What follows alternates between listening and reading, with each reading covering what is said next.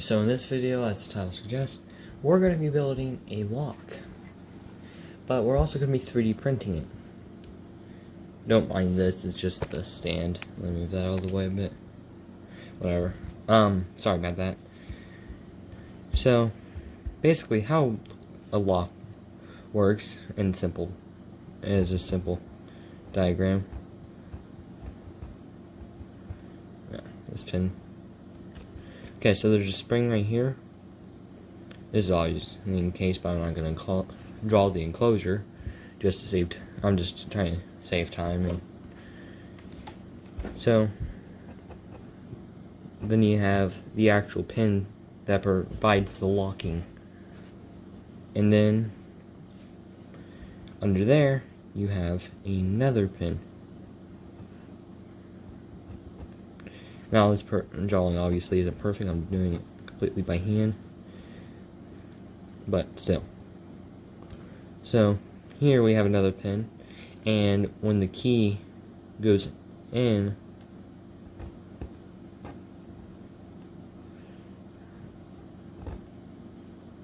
it's gonna push that little pin. Sorry for the terrible drawing, I'm really not that good, but as you can tell, it's gonna, when the key goes in, it's gonna push that up, and then you're gonna have, there's a little line right here where the actual key slot turns. Now this pin is going to be touching this pin because of the spring pushing down on it just to keep it in place. And when the key gets up here, as you can tell, it's just barely actually holding on there, but it's enough to actually make it so it doesn't move a lot to the point where it can be unlocked. But when this is pushed up, it moves this pin up, and it gets past this line, which is actually called the shear line. So that's a simple definition in 2 minutes, I guess. That actually seems a lot longer than I was expecting it to take, but yeah, let's get to the building. I'm going to start off with 3D printing. I'm not going to show the Fusion 360 modeling because it took over like 2 or 3 hours to actually get or to model it all. But yeah.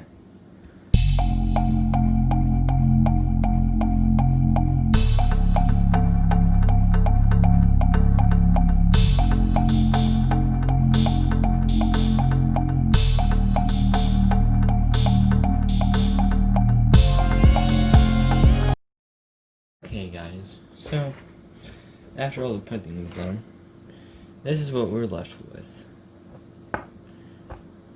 Thing that holds the pins themselves. The second set of pins, I have no clue what they're called. If just correct me, I'm just gonna call them second set of pins. I'm pretty sure it's called the core. Whatever, the place where the key goes into. And the holder for it. Now, it doesn't actually go all the way around. As you can see, there's some leeway. That's because when you put this down, it doesn't actually make a full circle. And I put it on the wrong side, but it shows what I mean. So, let's go ahead and start getting this assembled. So, we're going to start off with this piece. We're going to place each of our springs that I got from these Z grips. I think it was upside down, sorry.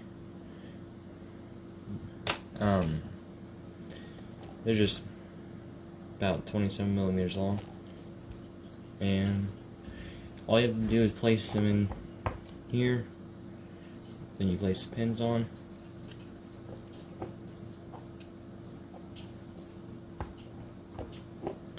Okay, so this whole entire piece is done.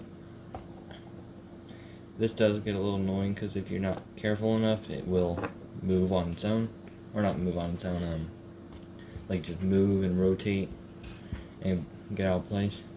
So on this one, you're gonna want to make sure the little triangle part, you're gonna want to make sure that is facing down the middle, so it ends up going down like you can see the actual pin there. This is a little rough, and it was difficult to kind of remove the supports, but yeah. Do I expect this? Oh crap! Do I expect this to work in the first try? Probably not, but you know what?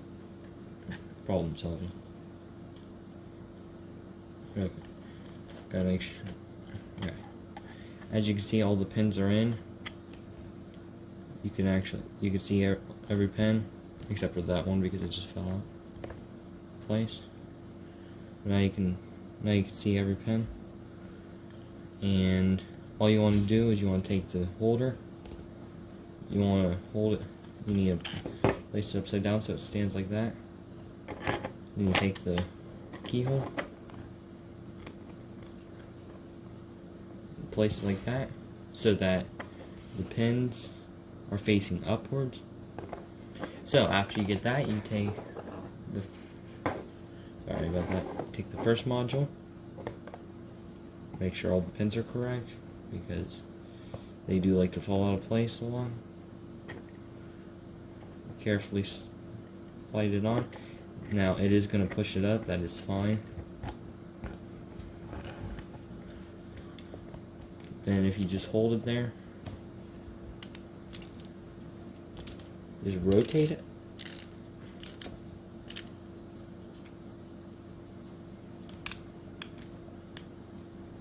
And then if you look right down there, you can actually see the holes. So that's how you know. And then you can try and rotate it some more, and then you'll realize, and then it will be stuck on the pins. Now, to secure this, because it will just pop right out, and hopefully not do that. Okay, so to secure this properly, you can either glue it or tape it. In my case, I'm just going to be taping it using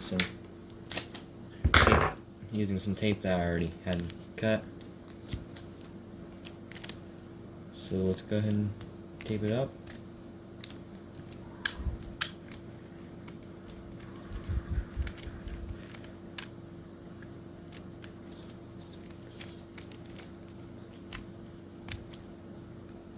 Okay.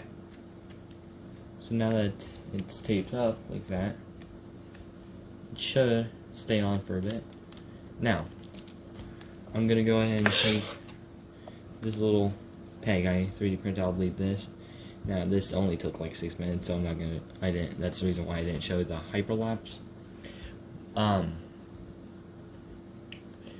The reason why I didn't include the footage of me designing it in Fusion 360 is it took a couple hours to design. So we just place it down.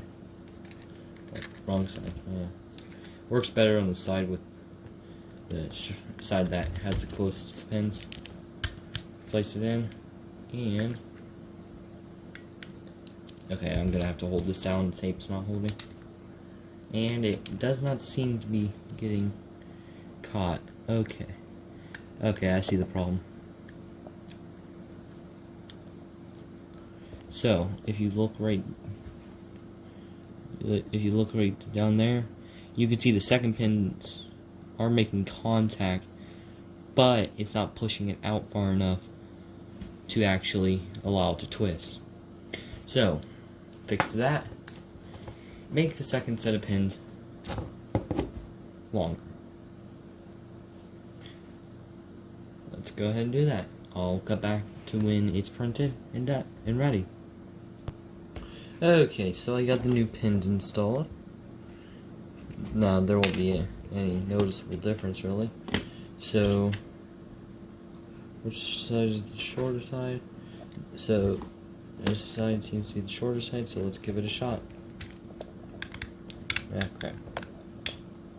New pins are going to take some getting used to. Sometimes you just have to hit it like that. And as here, let me do that again on camera. Sorry about this, it's just kind of awkward. So as you can see, it's locked, can't turn it. You could bend this, but I won't do anything, obviously. Set it on the ground, make it easier.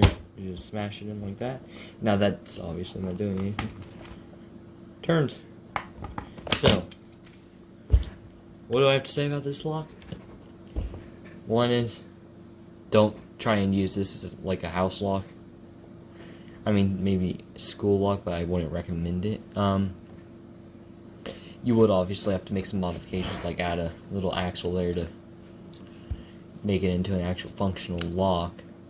But the actual mechanism is already there. And you can use the mechanism if you want, as long as you know, give credit, obviously. And I just twisted this backwards. But I'm actually very, very excited this worked. As usual, models will be in the description below. On Thingiverse for you to 3D print. But what do I have to say about this? What else do I have to say about this lock? It's not that secure. It's the same exact pin as the straight line right there and there suggest. So it's obviously not going to be too secure, but it is a nice proof of concept to show that 3D printed locks are possible. Honestly, it's just kind of satisfying to just put the lock in, turn it. Now, any modifications I would like to change or make to this is add a system that allows it to be turned only a certain amount. It can't be turned in, like, for instance, can't be turned like, I don't know, counterclockwise. And add a little thing like on the end in order to make it so it like stops it. But honestly, it's pretty nice for, you know, being mostly 3D printed.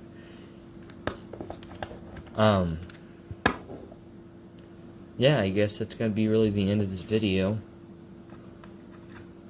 See you guys in the next video. Bye.